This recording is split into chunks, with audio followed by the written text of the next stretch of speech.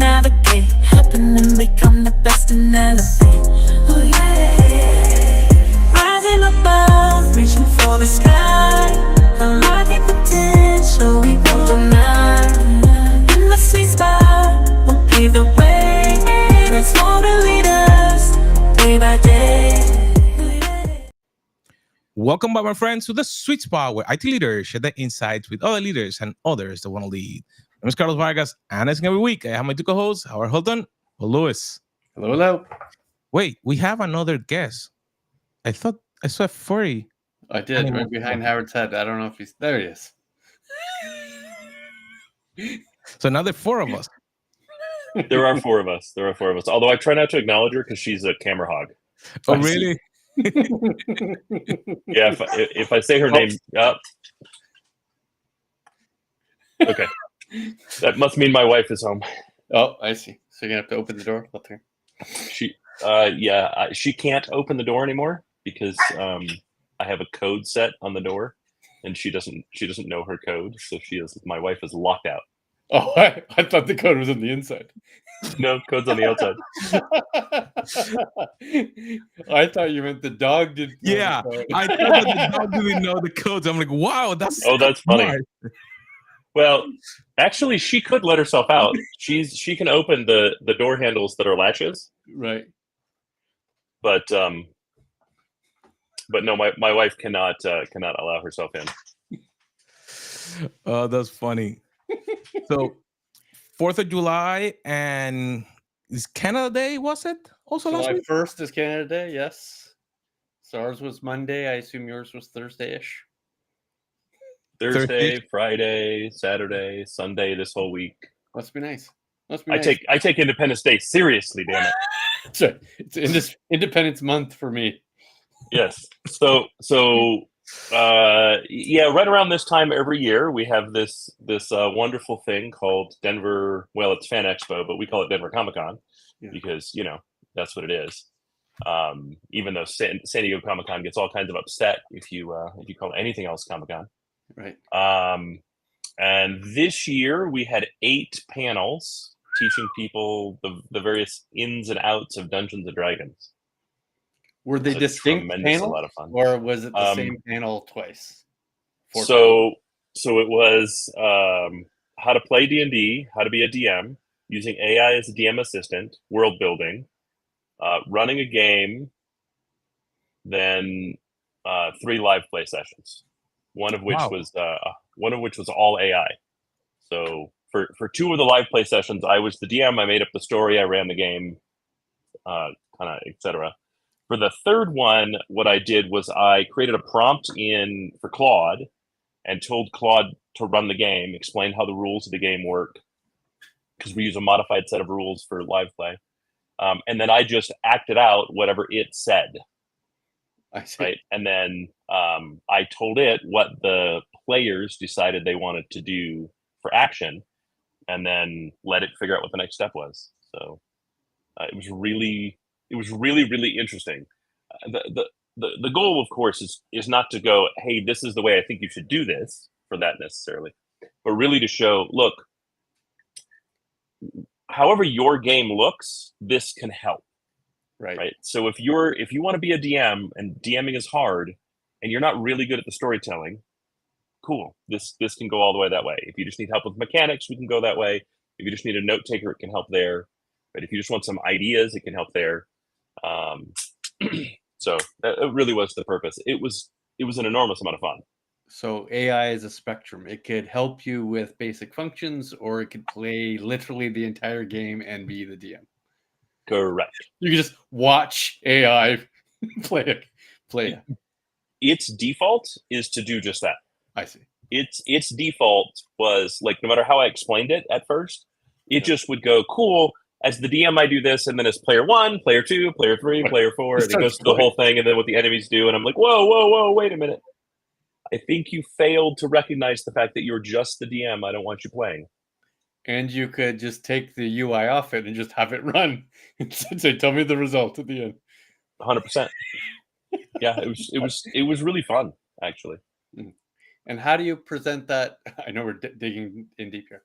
How do you present that on stage? Like, what's the? Give me the visual medium here. Are you showing it up on screen? Are you? No. It's live play, right? So Is it like Ka, where you have the board come up 180 degrees?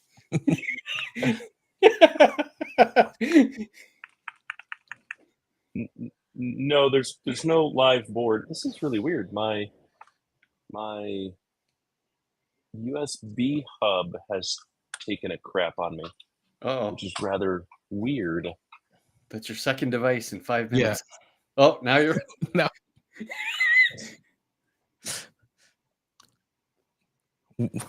Oh, it. It's coming and going. We might have to. AI is playing with him. AI is killing him. Can you hear us now? Can you hear yeah. us? Oh, he's gone Nope. again. Are you there? Are you there? No. We see you. Can you Looks see like- us? Looks like we're starting from scratch. You know, it would be so funny that because it actually something like that happened last time when we were talking about something. We can see him, but we cannot hear you.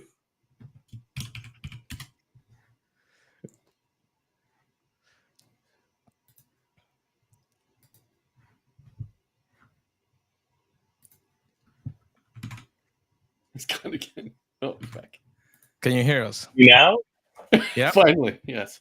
weird. I can hear you guys even when you're like, yeah, we can't hear you at all. I can totally hear you. Wow. No, you were coming in and out half dozen times. Is that AI got upset because you didn't allow it to play? That's got to be what it is. so you're gonna have to.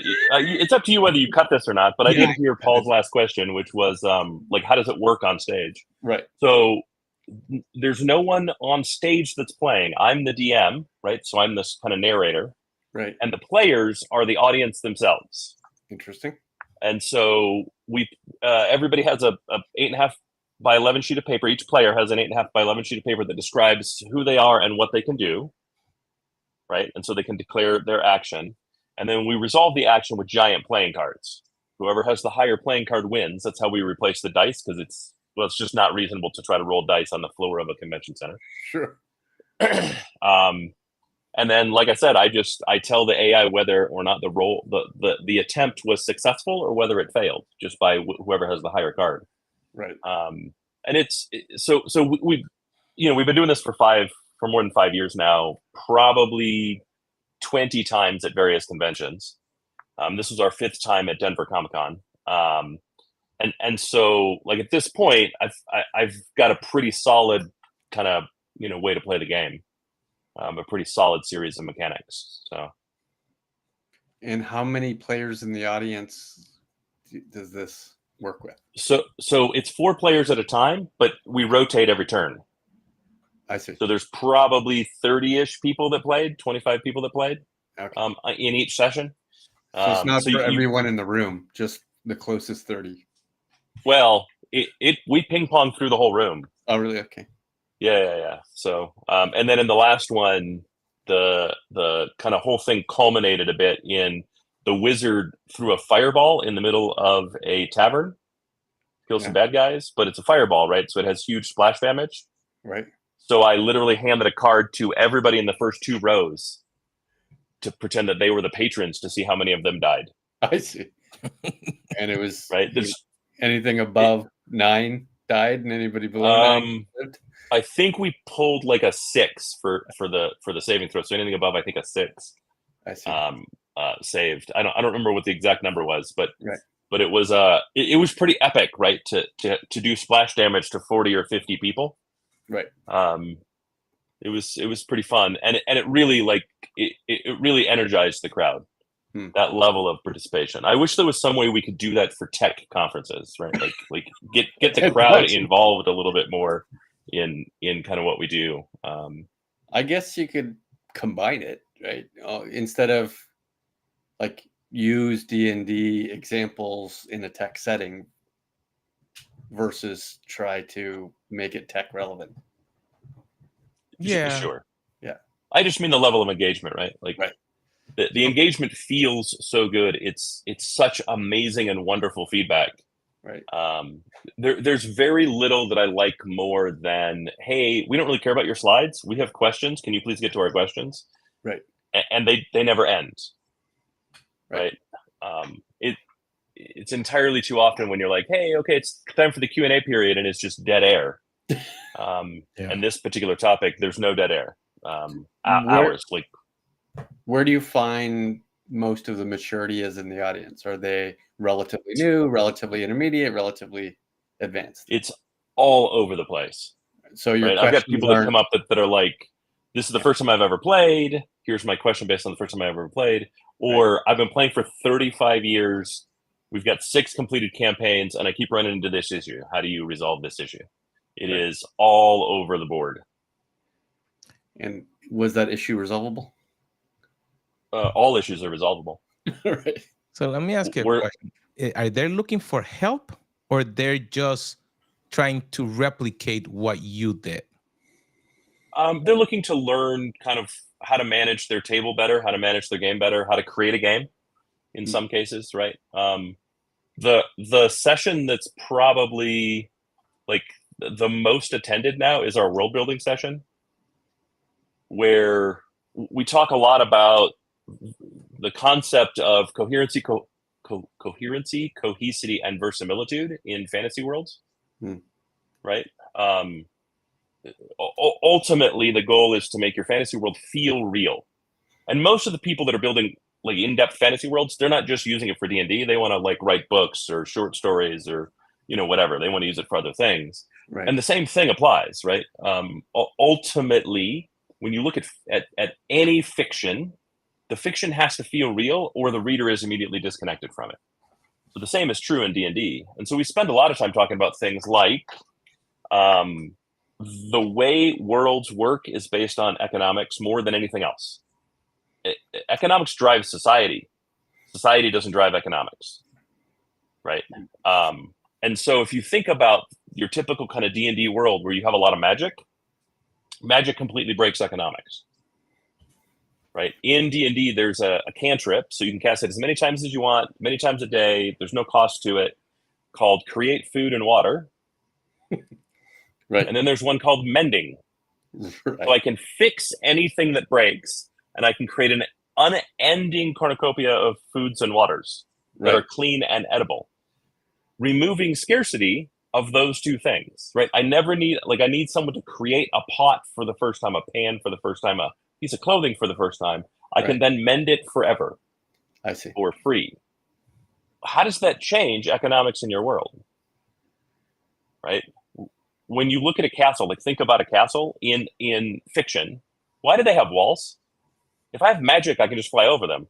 Right. But there are 70 creatures that fly over them. What good is walls? They keep people in.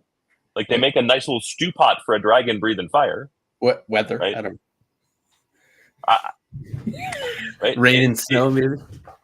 Right. The point being, like, if you think about the economics of what you create and you think about what you're trying to build, making cohesity between those things and adding some verisimilitude is really valuable and really important. And it's shocking, like people that are like, no, I write books, like I'm a writer. This is what I do.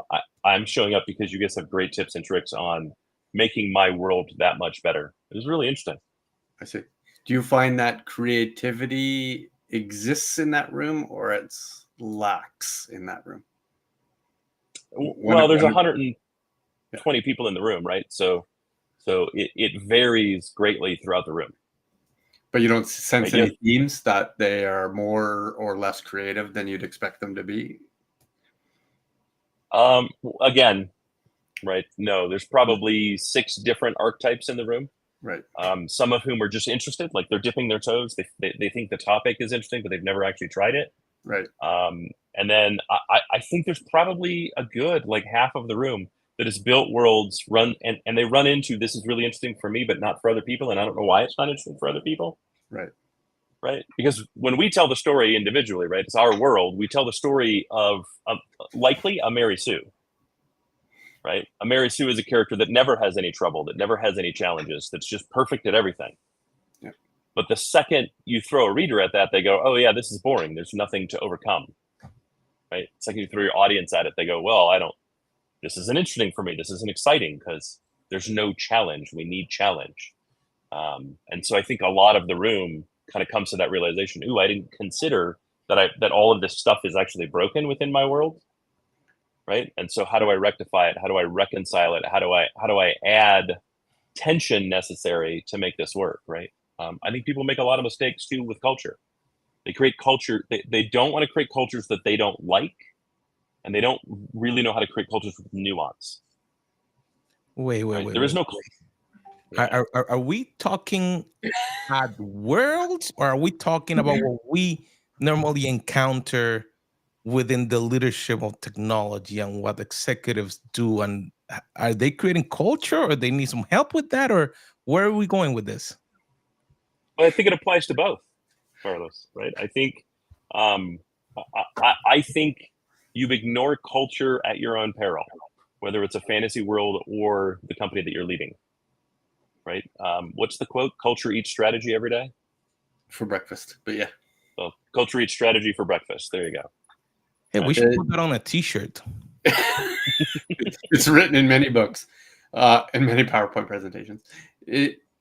Is culture something one builds top down or bottom up? Neither. Is it built, or is it get created on its own? Can you hurt it but not help it? I think you can help it. I think you can hurt it. I think you can also inherit it. And there's nothing you can do to slow it. Right? You can't slow it. You can't stop it. If you don't take an active hand in it, culture will create itself. It will become its own kind of organism within your company. But so culture always exists. Yep. It doesn't get created from thin air. Like even a startup has people and therefore has culture, right?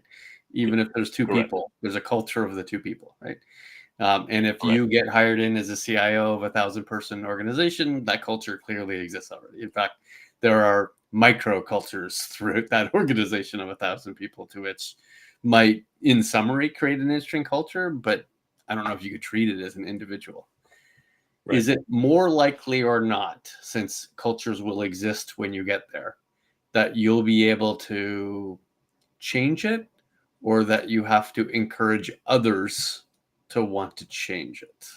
In other words, is it more likely than not that the new leader can come in and say, you know what, even though we're going to turn left in our strategy, you, the mass organization, need to follow me there and change the culture to support that? There's nothing I can do as a leader to help you there. I think, like many things, I think it's very easy to make a culture worse. It's very hard to make a culture better. Right. Like, I think you as an individual can absolutely make the culture worse. Right. You come in and destroy trust. You come in with an attitude of, I don't trust. You come in with an attitude of, everything everyone did yesterday is wrong. The only right way to do it is my way. And you have suddenly destroyed and broken culture. Right. That being said, if you come in and do the exact opposite, that doesn't mean you're going to fix culture either. Right. Because the lever that you use doesn't change in its size, but it's much, much easier to push that boulder down the hill and backwards rather than, push it up the hill. The opposite side of that's also true. It may not also be in your best interest to surf the wave, right? Just to ride on the existing culture and hope it's going to take you to the place it's going to take you to. You might, in fact, have to redirect a little bit. And you've got to figure out, it's not just because I think we should. You're going to have to convince waves to collide differently, right? Well, if you're at the top of the organization, I would say you're at the top of the organization and you just joined an organization, you're probably not part of the culture at all. Right. Like everyone else has already picked the wave they're on, to use that analogy, and you're still standing on the beach watching the waves crash. Right. And so you have to kind of pick a wave, but you also have to pick a line to surf. You also have to pick, what orders you're going to give. You also have to pick, like, how are you going to integrate into the party that's happening Right. in those waves, while recognizing that a culture that's been around for 40 years that has 1,000 people in it, you're not going to change you're not going to build that in a positive way on your own. Right. So what is the option? Well, your options are hearts and minds, right? You have to win the hearts and minds of the people that you lead, as well as your peers. And ideally, you have to do it in a way that doesn't have your peers turn against you. Right? So Let's say you join an organization that is bad culture and you don't like that culture, right? Culture is important to you and you work really hard at building a good culture. Well, if you, as the leader of an org, start showing what the positives are and start showing a different way to lead, and your peers are entrenched in their way of doing things and don't care about being a good leader, you're going to turn them against you while you're turning your own people towards you. That's true. Right. I think it's an easier case study when you're measuring good and bad, right? I think it's a more difficult case study when you want to implement a different good, right? So you have a culture over 20 years of individual contributor entrepreneurship, and that got you a certain amount of growth. However, you've been asked to move the needle to grow this by orders of magnitude. And that requires far more collaboration than the entrepreneurship individual contributor culture would suggest, right? It's not bad. And in fact, it's very good in the way it works now. You just need the culture to be differently good. And I think that's a much more nuanced challenge than good or bad. Oh, no, I agree completely. Yeah. Right. And in I that think circumstance, it's also less dangerous. Right. Right. Generally, when you're in a good culture, other leaders support your ability to build a culture that is also good. Right. Right. And they recognize that every single person leads differently. Right. And if culture is important and a good culture is important to the organization as a whole, they're happy for anyone to help kind of build that and grow that. And everyone will kind of steal from each other and adapt. Right. And so while you might be, an ice cube thrown into boiling water, over time, the temperature equalizes and then everybody's pulling the same way again. Right. I don't know why I chose that particular metaphor, but that's the metaphor I chose. Someone that popped in your head. Right. But in my example, point being, the difference is, the waves are crashing and there's a bunch of sharks in it and you want to get rid of the sharks.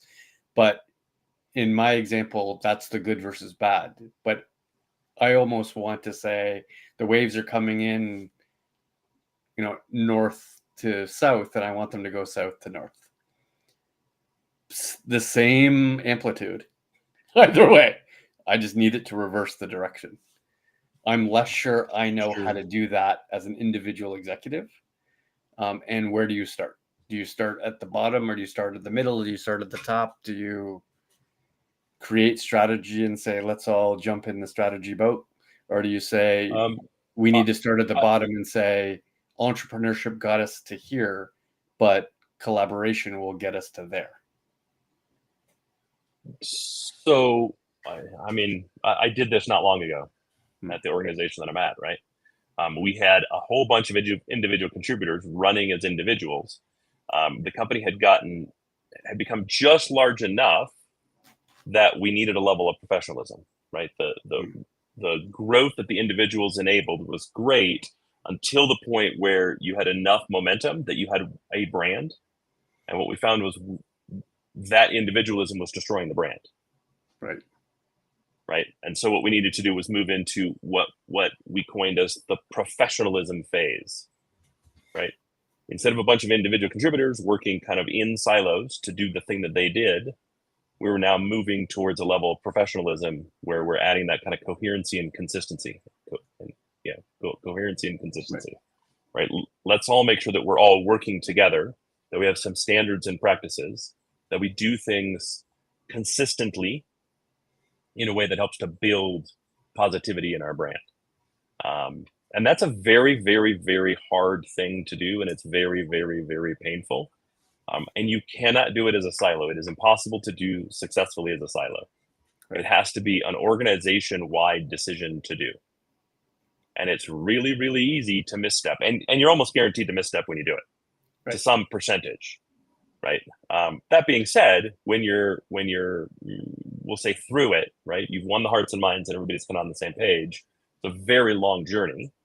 The rewards are well worth it. And you run the risk see them and you can measure them. You run the risk of cowboys not wanting to be in that world, right? That they're the lone horsemen, right? They don't want to ride the risk. Yeah. Yeah, you don't run the risk. That is the plan. Right. Like you have to know that going in. You have to know going in, you're going to have some excellent people right. that are great individual contributors that will never get on board with professionalism, that are going to sabotage not just themselves, but they're going to sabotage the organization as well. You're going to have to fire them. Right. There's no choice about it. Right. Right. I had a very small group. I still knew, right? In 40 people, I was going to lose 7. I was going to lose 10. I was going to lose 5. Right. Right. I'm going to lose more than 10, somewhere between 10 and 25% of that group because they're simply not going to be willing to not be cowboys. Right. Right. I say that as a recovering cowboy myself. And do you design the future buckets first? So in other words, don't change the current model, the current culture. Cowboys be cowboys. In the meantime, you've built a more coherent process, a more enterprise, professional, mature engagement model, and then you put people into that bucket? Or do you try to change the people in the bucket while they're working? Change the people in the bucket while they're working. Plan B. Okay. Well, because otherwise what you're doing is you're saying, I'm already writing those people off. Right. Right. The options are you save as many of the people in as much of the organization as you can, you win hearts and minds and you move them to a new model. Right. Or you build a parallel model. When the parallel model meets whatever the efficiency criteria you have or efficacy criteria you have, you let the old model go. Right. Right. You cut off the dead limb, as it were. Right. The problem with cutting off the dead limb, while it might sound good on paper, is you're effectively cutting off your nose to spite your face. You're saying, I've already predetermined that these people cannot be saved. Right. And I think that's I don't know of a situation where that's right, with the exception of you can't get, like, there's a leadership in there and you need to replace the leadership stack as well. And that I've seen and that I have done. And yes, that is the way that I would do it. If it is a leadership where the leadership is just toxic, right, and they will never come along, right, and the disruption for that is too great, and you've basically gone through and gone, okay, cool, like I have a whole arm of my org that I just am going to cut out, right, and so I'm going to bring up a parallel version. I'm going to stand that up and I'm going to make that effective, and then I'm just jettisoning the flotsam from that. So do you think the hope isn't relevant? So the hope in that world is, I'm going to create a parallel organization in a mature model that I think is effective. I'm going to hope that looks good to the cowboys, and that looks like something that they would want to join, and then I let them optionally join them until you get to the point where they're no longer optionally joining, and you let that part go.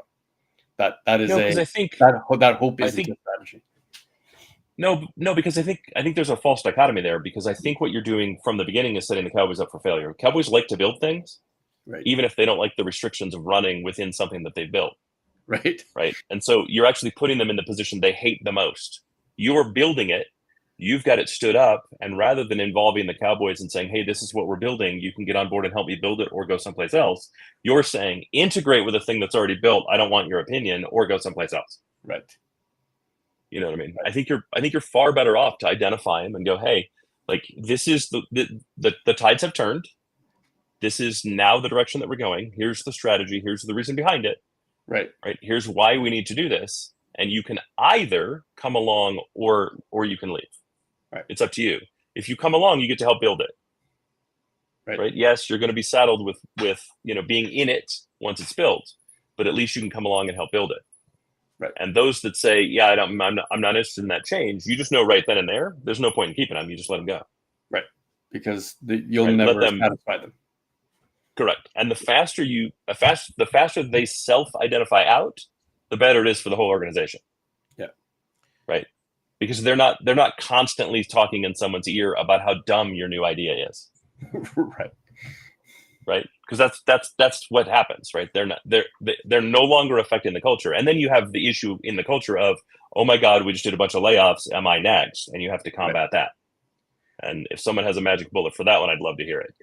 Which circles me back to the point is I find that good and bad culture is easier than good to good. And it sounds like what you just talked about is there's no such thing as good to good. It's good to bad to good. But I don't think that creates a bad culture. Ugly. Yeah. Sure. But ugly doesn't mean the culture's bad.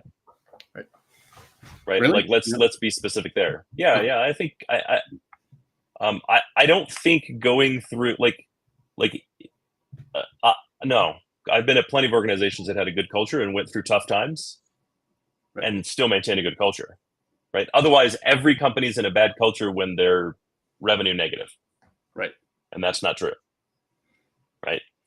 Every culture's in a if your EBITDA is low, if you take a financial hit, if the recession hits your business, that does not destroy your culture. Matter of fact, those companies that succeed maintain a good culture through those trials and tribulations. Right. And I think you have to communicate. I think you have to talk to people and go, hey, this is why we're doing this. Right. Like, we didn't enter into this lightly. We have no interest in laying anyone off. Right. We're trying to do what we can to give everybody the ability to self-select in. But if you self-select out, that is also your choice, and we support your ability to make that choice. Right. But those are real critical pieces. The delicate balance / ballet there is to ensure that the people who self-select out aren't negatively affecting the culture in the meantime. Correct. Yeah.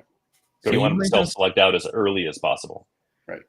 You mentioned something interesting, that is that a leader that may be negatively affecting the culture may need to be let go.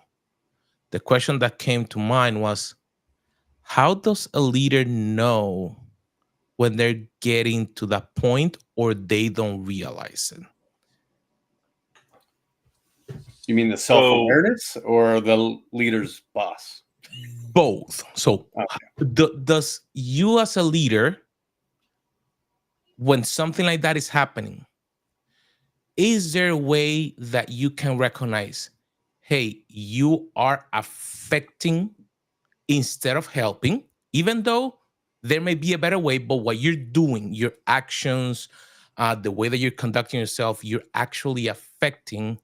And then how does another leader identify those leaders below them or to the side that may be affecting the culture when you come in, like you guys describe?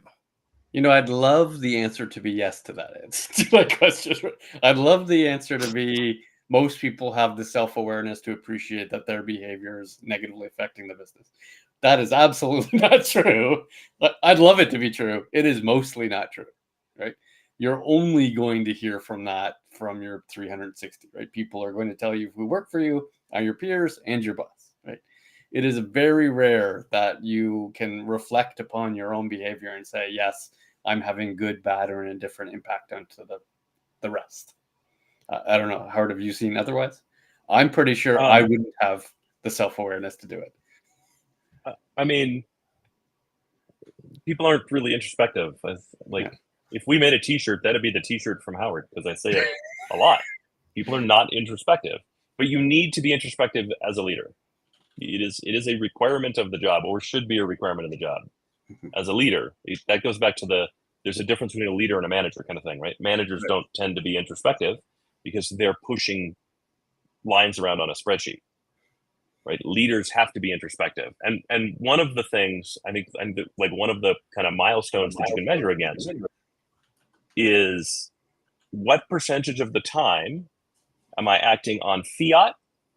What percent of the time am I acting on consensus movement?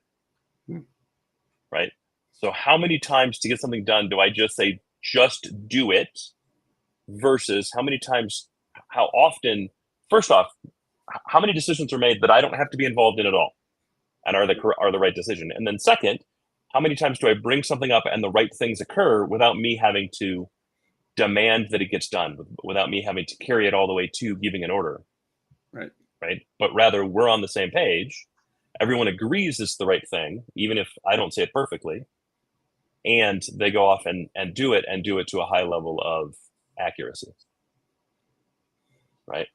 And when the answer shifts to most things are done by fiat, right, then you have to start questioning, are you wrong? The people that work for you wrong? There is something broken, and why is it broken? And really start identifying what is broken here. Right.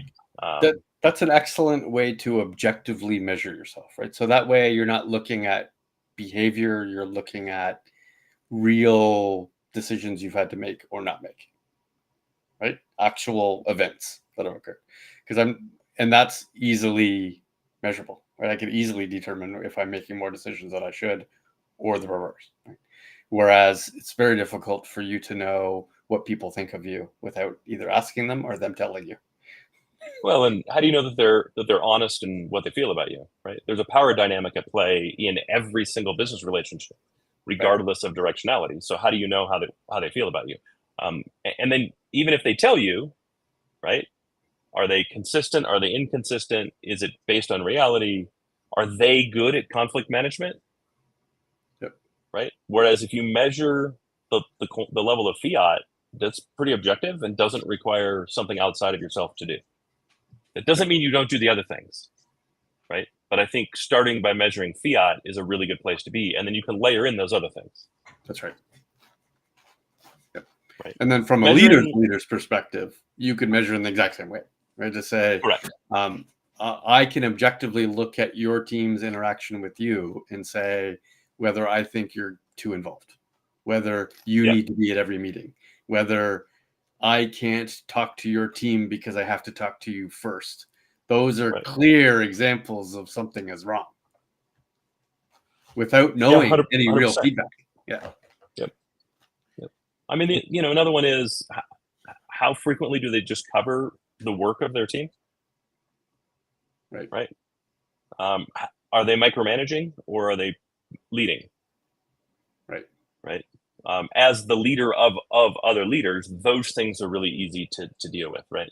If you find you're constantly covering for your team because they're making mistakes and you end up picking up the work, you're doing it wrong. That's not leading. That's doing.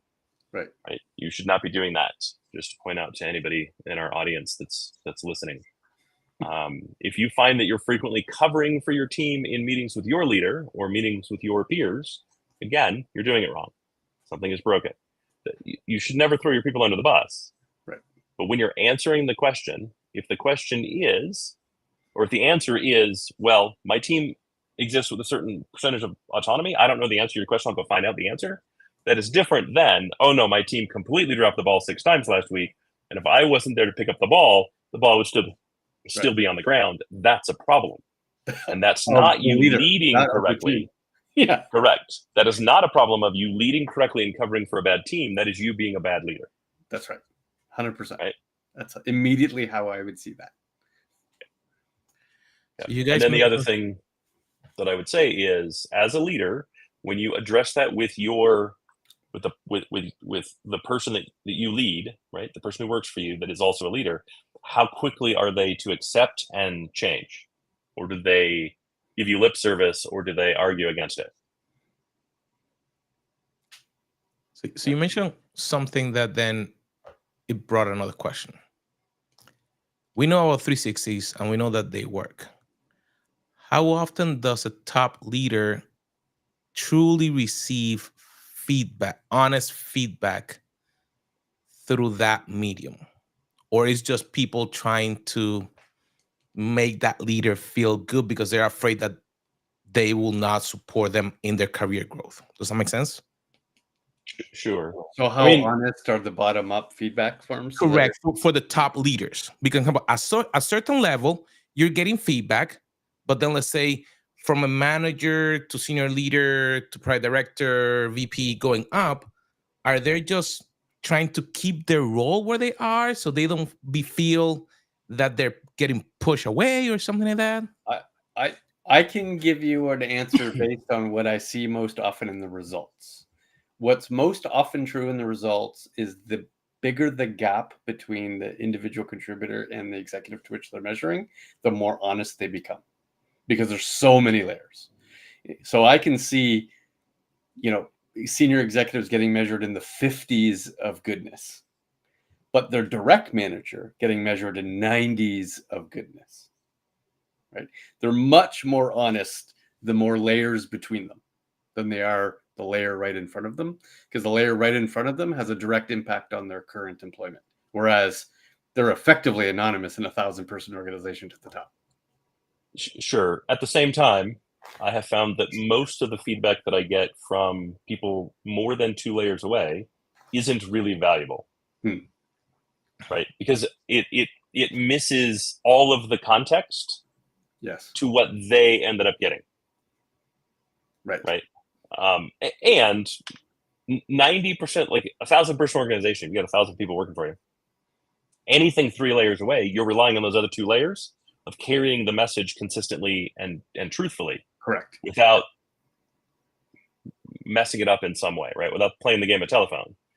Well, the truth is, until those 2 layers are completely bought in and fully understand it, they're playing the game of telephone. Right.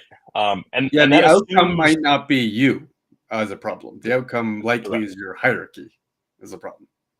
Well, I don't know that likely is the word, but it definitely impacts it. Sure. Right?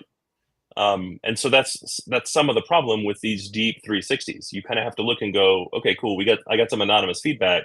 Is that anonymous feedback rational for me? Yeah. It was rational for whoever put it down. They're not, like, I always assume they're acting with good intentions, but do they have enough context that there is actually an action that I can and should take? Right. And sometimes it's, I can see based on a consistency of feedback that this message didn't make it past the second layer intact. Right. And so you can then like your action as the leader can then be, great, I now need to figure out how to communicate this stuff better because it's obviously falling apart at the first or second layer. Right. Like it's not carrying through cohesively. Right. Or when they don't understand the strategy or the vision or the mission or the purpose or if that's not entirely obvious, it might be a communication problem. It might be because you are not persuasive enough as the boss. It could be. You simply haven't convinced them. You haven't said enough words to make them believe it's true. Well, the right words, I would say. Yeah. Right? Because they might know what the strategy is and still not buy into it. That's still a you problem. That's not a them problem. I mean, yes and no. Collectively, maybe individually, maybe a them. Well, no. What I mean is, not everything is a problem. Right. Right. Like there's a limited number of things you can do in any day. So when you're sitting down with your 360 from 1,000 people, going, there's a lot here. I need to communicate better. Sure, that's always true. Right. But you also need to communicate better within the context of what people need to do their jobs effectively. Right. Right. And so you also need to decide, like, okay, cool, I have 40 pieces of feedback that effectively they don't understand the nuance behind a decision or making an assumption based on facts not entered into evidence. Right. They just made an assumption. I don't actually have to care about all of them. And part of what I need to determine is, should I care about all of those? Do I want to correct that behavior or move on with my day? Do I have the time necessary to correct that behavior? Because I have 1,000 pieces of feedback, ideally, right? Maybe 1,500 or 2,000, right? More than one per person, right? I can only probably deal with 20 of those. So what are the 20 most important? And what do I do about the remainder? There's a high level of duplication. So let's say I get 300 pieces of unique feedback, right? I deal with 20 of those. I got 280 of them I'm not going to deal with. Right. So that's the other thing is, like, what is the low-hanging fruit that you can manage, and how do you address the low-hanging fruit? Right. Well, back to your question, Carlos, will the individual leader or the leader's leader get enough feedback to be able to both do the self-realization? Probably not. Which is probably why they need to purposely ask for feedback from their peers and their bosses. because they're not going to get as direct information from their reports, right? You have to go to your peers and say, you've witnessed me with my team. What have you observed? Will they be honest? Your peers, likely, because they think that they treat you as a peer, right? They will try to be helpful. Yeah. Right. I would say they may not be honest, but they will try to be helpful. And within that helpfulness is honesty. Right. They may not be totally transparent, right? They're likely to try to soften the blow, right? They don't want you to feel bad, but they will likely attempt to be helpful. It will be And better if you than go ignorance. into it. Correct. Oh, for sure. But that also means you have to go into it assuming that they're being helpful, no matter what the feedback is. Just assume they're coming from a good place, right? And they're attempting to answer you and to be helpful as much as they can. Right. So I think that last episode was what the company is looking for and what they need. In this one, we were, what does the executive needs? Are we missing something then for what does probably the direct report needs? I'm not sure we touched on the executive needs yet. But I'm not sure we touched on the executive needs either. Like we talked about the executive problem rather thoroughly. Yeah. Right? Double clicked on but culture. now it's Yeah. Big double click on culture and kind of where the executive sits. I think maybe the next episode is great. How do you evolve as a leader to be the leader that you want to be? Right. How do you surround yourself with the right people? What does that look like? Right. How do you integrate the old and the new? Right. Because you're gonna inherit some people, but you're also gonna build an existing network, right? So what does that organism look like? How does it grow and evolve over time? Yep. Agreed. And how do you take control of it rather than let it be passive? Well, there we have it, my friends. Sometimes a company needs something, the executive needs something, but then how do you really become the leader you need to become? Make sure that you share, you subscribe, and we'll see you on our next episode.